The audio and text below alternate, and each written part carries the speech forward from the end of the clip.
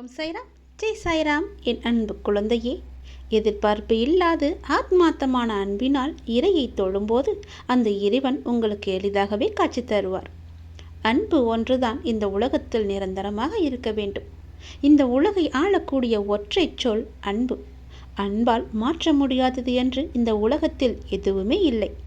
அன்பு என்ற ஒன்று உங்களிடம் அதிகமாக இருந்தால் உங்களுக்குள் கடவுள் தன்னை உருவேற்றி தானாகவே அதில் வந்து அமர்ந்து விடுவார். ஒரு நாளில் எதை பற்றி நீங்கள் அதிகமாக சிந்தித்து கொண்டு இருக்கின்றீர்களோ நீங்கள் அதுவாகவே மாறிவிடுவீர்கள். முடிந்தவரை கோபம், பொறாமை, வெறுப்பு போன்ற எண்ணங்களை விடுத்து அன்பால் நிரம்பி நல்ல எண்ணங்களை மனதால் நீங்கள் சிந்தியுங்கள். நாம் அளிக்கும் அன்பை மீண்டும் எதிர்பார்க்கும் பொழுதுதான் நாம் ஏமாற்றம் அடைகின்றோம்.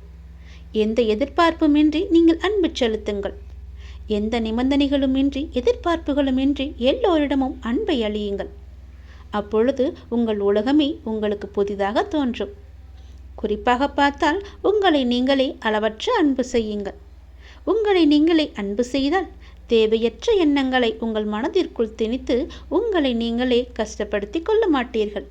உங்களுடைய ஆரோக்கியத்தை கெடுத்து கொள்ளவும் மாட்டீர்கள். உங்கள் ஆரோக்கியம்தானே உங்களுக்கு நல்லது. அன்பு குறையும் பொழுதுதான் குற்றங்கள் பெரிதாக பார்க்கப்படும்.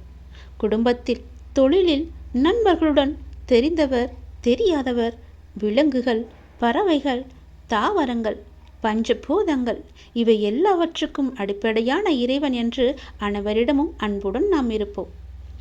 பல மடங்காக மீண்டும் அன்பை நாம் பெறுவோம். அன்புதான் உங்கள் பலவீனம் என்றால் நீங்கள்தான் உலகிலேயே மிகப்பெரிய பலசாலி. அதை நீங்கள் புரிந்து கொள்ளுங்கள்.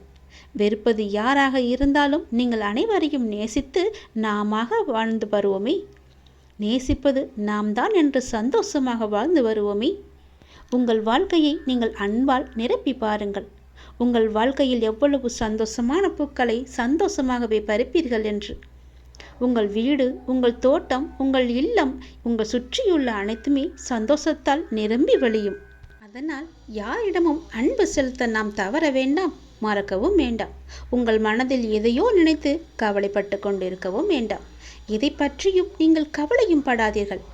என்னை நினைத்து உங்கள் வீட்டில் ஒரே ஒரு விளக்கு ஏற்று.